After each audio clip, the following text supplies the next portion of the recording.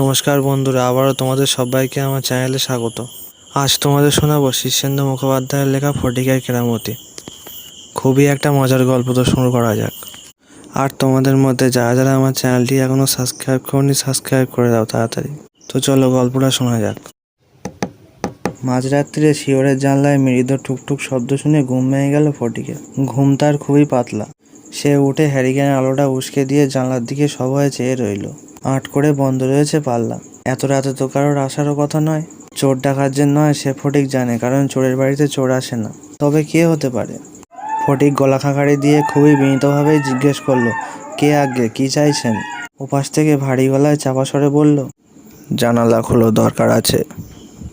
ফটিক বলল, কি দরকার? তোমার কিছু রোজগার হবে। রোজগার জিনিসটা ফটিক বড় ভালোবাসে। রোজগারের মতো জিনিস নেই।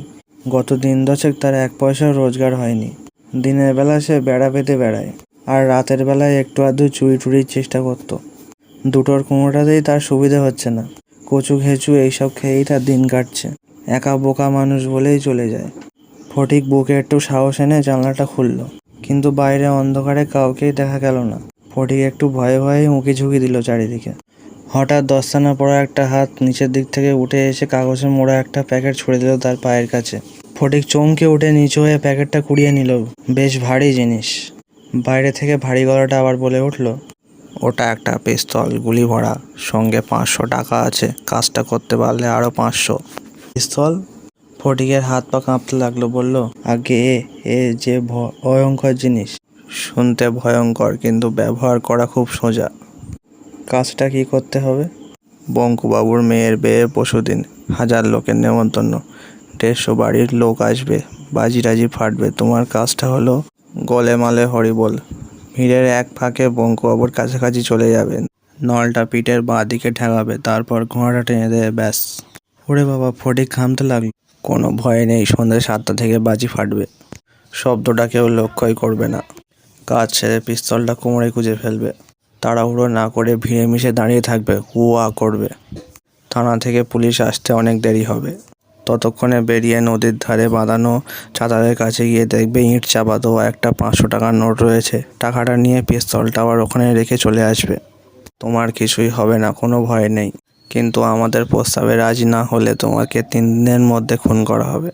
ফটিক আঁতকে উঠে বলল, তা বঙ্কুবাবুকে আপনারাই কেন সাবার করছেন না? আমি যে জীবনে কোনোদিন খুন খারাপই করিনি। আমাদের অসুবিধা আছে, কাজটা তোমাকেই করতে হবে। আমি কি পারবো আজ্ঞে? কেউ কোনো জবাব দিল না। একটা পায়ের শব্দ দূরে চলে গেল। ফটিক ধপ করে মেঝেতে বসে পড়ল। তার মাথা ঘুরছে, গলা শুকিয়ে কাঠ, বুক এমন ধড়ফড় করছে যে যেন তবলার লহরা। খানিকক্ষণ বসে দেখে নিজেকে একটু সামনে নিয়ে সে ঢকঢক করে অনেকটা জল খেলো। তারপরে মোড়কটা খুলে পিস্তলটা দেখলো। এসব জিনিস সে চোখেও দেখেনি আগে। বিদঘুটে চেহারা, তাকালেও ভয় হয়। রাতে আর ফটিকের ঘুম হলো না। সারা রাত আকাশ পাতাল ভেবে মাথাটাই গরম হয়ে গেল। খুন খারাপই তার লাইন নয়। রক্ত দেখলে সে এখনো ভিড়মি খায়। সে সামান্য চুরি টুরির চেষ্টা করে বটে, কিন্তু তাতেও তার হাত যশ নেই। নিতান্ত অভাবে পড়েই চেষ্টা করতে হয়, নইলে চুরিও তার লাইন নয়। দুটো পেটের ভাতের জোগাড় হলে সে কোশমিন কালেও চুরি করতো না। কিন্তু এরা যে তাকে কেন খুনোখুনিতে নামাতে যাচ্ছে সে কিছুতেই বুঝতে পারছে না। খুন না করতে পারলে খুন হতে হবে, কি সর্বনেশে কথা। ঘন ঘন জল খেতে খেতে তার পেট জয়ডাক হয়ে গেল, তবু বারবার গলা শুকিয়ে যাচ্ছে। সকালবেলা মাথায় হাত দিয়ে অনেকক্ষণ তাওয়ায় বসে রইল ফটিক। তার বাটি ভর্তি পান্তা পড়ে রইল। খিদেটাও চাগান দিচ্ছে না। কাল বঙ্কুবাবুর মেয়ের বিয়ে, আর কালকেই তাকে খুন করতে হবে। মেয়ের বিয়ে বেশ জাঁকিয়েই দিচ্ছেন বঙ্কুবাবু। তার মেলা পয়সা, 4-5 রকমের ব্যবসা আছে। বঙ্কুবাবুর বাড়ি ফটিকের একরকম গা ঘেঁষেই। রোজ দুবেলা যাতায়াতের পথে সে দেখছে বিয়ের মস্ত আয়োজন, বিশাল শামিয়ানা, দেবদারু দিয়ে তোরণ তৈরি হচ্ছে, নবহত বসেছে, মেলা লোক খাটছে দিনরাত। দুঃখের বিষয় হলো এ বিয়েতে ফটিকেরই নেমন্তন্ন নেই। হওয়ার কথাও নয়। তার মতো লোককে পৌঁছে খেয়ে ভয়ে ফটিকের কেমন যেন হাঁপ ধরে যাচ্ছে। হাত পা তার ঠান্ডা হয়ে আসছে, কিন্তু কী করবে সেটাই বুঝতে পারছে না। বঙ্কুবাবুর মতো 5 লোক মারা গেলে তার কিছুই যায় আসে না, কিন্তু খুন করাটায় তার ঘোর আপত্তি আছে। ফটিকের মাথায় নানা ফিকির খেলছে, কিন্তু কোনোটাই মন মতো নয়। একবার তার মনে হলো সে পালিয়ে যাবে, কিন্তু পালিয়ে যাওয়াটা খুব বুদ্ধিমানের কাজ হবে না। যারা তার পেছনে লেগেছে তারা হয়তো নজর রাখছে। তার একবার মনে হলো পুলিশের কাছে যাবে। গিয়ে লাভ নেই, পুলিশ তার কথা বিশ্বাস করবে না। উল্টে পিস্তল রাখার দায়ে হাজতে পড়বে। বঙ্কুবাবুকে কি সব ভেঙে বলবে? লাভ কি? তিনি খুন না হলে যে সে নিজেই খুন হয়ে যাবে। দুপুর অবধি মাথাটা পাগল পাগল লাগলো। তারপরে নুন লঙ্কা তেঁতুল দিয়ে পান্তাটা খেয়ে নিল। পেটটা ঠান্ডা হলো, মাথাটাও যেন একটু শীতল লাগতে লাগলো। দাওয়ায় মাদুর পেতে শুয়ে সে ভাবতে লাগলো, কে হতে পারে লোকটা? কেনই বা খুন করতে চায়? আর বঙ্কুবাবুকে মেরে তাদেরই বা কী লাভ? হঠাৎই তড়াক করে লাফিয়ে উঠল ফটিক। একখানা কথা মনে পড়ে গেল তার। মাস তিনেক আগে বঙ্কুবাবুর বাড়িতে আগাছা পরিষ্কার করতে মনীষী ডাকা হয়েছিল। সেই দলে ফটিকও ছিল। সারাদিন খাটিয়ে মাত্র 5টি টাকা মজুরি দিয়েছিলেন বঙ্কুবাবু। খাবার জুটেছিল চিড়ে আর গুড়। তবে বড় ঘরের জানালার নিচে আগাছা কাটার সময় ফটিকের কানে একটা কথা এসেছিল।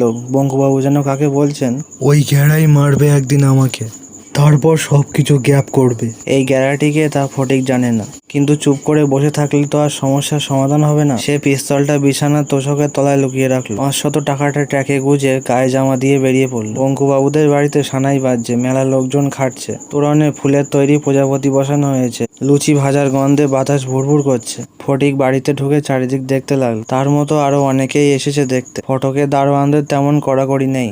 শামিয়ানার ওপরে বড় বড় ঝাল লণ্ঠন লাগানো হচ্ছে, সেগুলোই ঘাড় উঁচু করে দেখছিল ফটিক। হঠাৎ কে যেন বজ্র মুষ্টিতে তার ডান হাতের কানুই চেপে ধরে বলে উঠল, এই যে।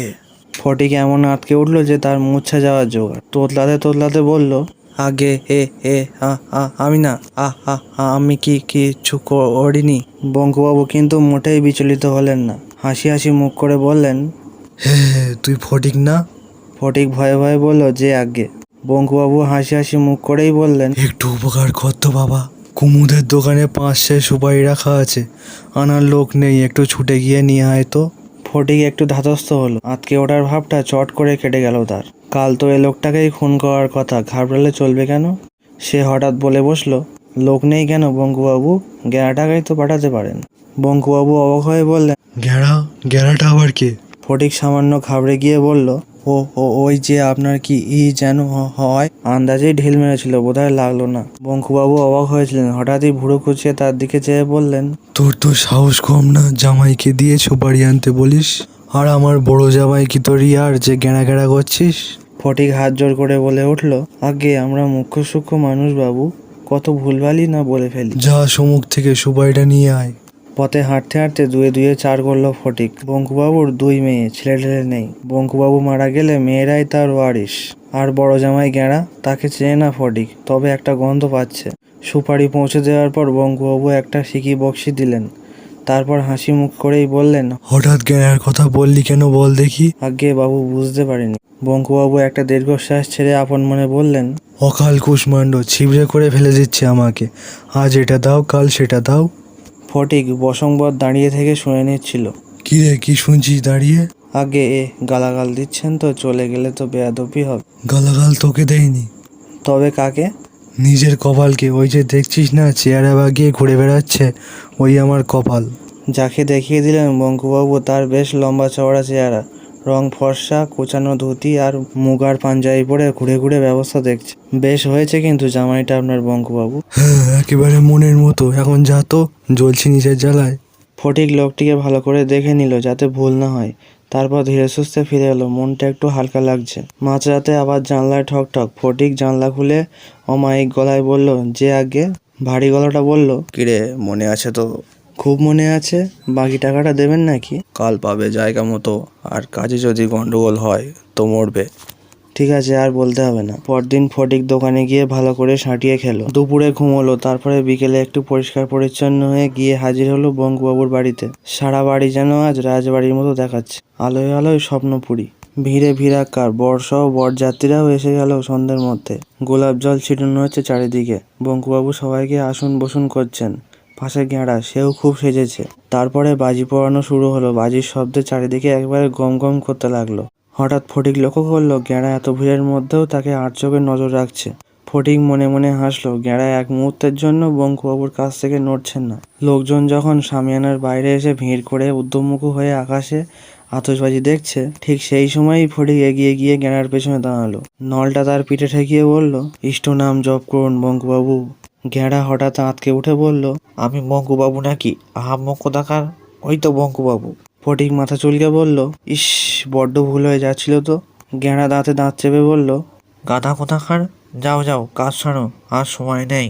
ফটিকে একরাশ হাসলো। বটে, তার টাকাটা জায়গা মতো আছে তো? গ্যাড়া মুখ ফিরিয়ে নিয়ে বলল, আছে। ঠিক তো? গ্যাড়া ঘুরে তার গালে এক চড় কষিয়ে দিয়ে বলল, বেয়াদব কোথাকার। ব্যাপার দেখে বঙ্কুবাবু এগিয়ে এলেন। এ কি হয়েছে? ফটিক গালে হাত বোলাতে বোলাতে বলল, হয়নি, তবে হবে। কি হবে ফটিক? ফটিক গ্যাড়ার দিকে চেয়ে বলল, বলবো বাবু? গ্যাড়ার মুখটা হঠাৎই ছাইবর্ণ হয়ে গেল। আচমকায় সে ভিড় ঠেলে অন্ধের মতো ছুটতে লাগলো। তাকে আর দেখা গেল না। বঙ্কুবাবু চালাক লোক, ফটিকের হাত ধরে ভিড় থেকে সরিয়ে নিয়ে গেলেন চট করে। ফটিক, ব্যাপারটা কি? ফটিক লজ্জায় অধবোধন হয়ে বলে উঠল, খুব অপরাধী মুখ করে। কিন্তু বঙ্কুবাবুর মুখ চকচক করতে লাগলো। একটু খুশির গলাতেই বললেন, বেটা অনেকদিন ধরেই নানা মতলব মারছিল, তুই বেজায় ভয় পাবিয়ে দিয়েছিস, তোর বুদ্ধি আছে। ও বেটা আর এদিকে আসবে না শিগগির। বঙ্কুবাবু খুশি হলেই হাতপুর, আর হাতপুর মানেই পর্বত। ফটিককে একখানা দোকান করে দিলেন, বেশ বড়সড়ই মুদিখানার দোকান। আর বটগাছের তলায় 500 টাকাও পেয়ে গিয়েছিল সে। আর পিস্তলটা বঙ্কুবাবুকে দিয়ে দিয়েছিল ফটিক। বঙ্কুবাবু বললেন, এটা আমারই জিনিস, গেঁড়া গেড়িয়েছিল। তা কথাটা হলো, ফটিকের আর উচ্চবৃত্তি করতে হচ্ছে না।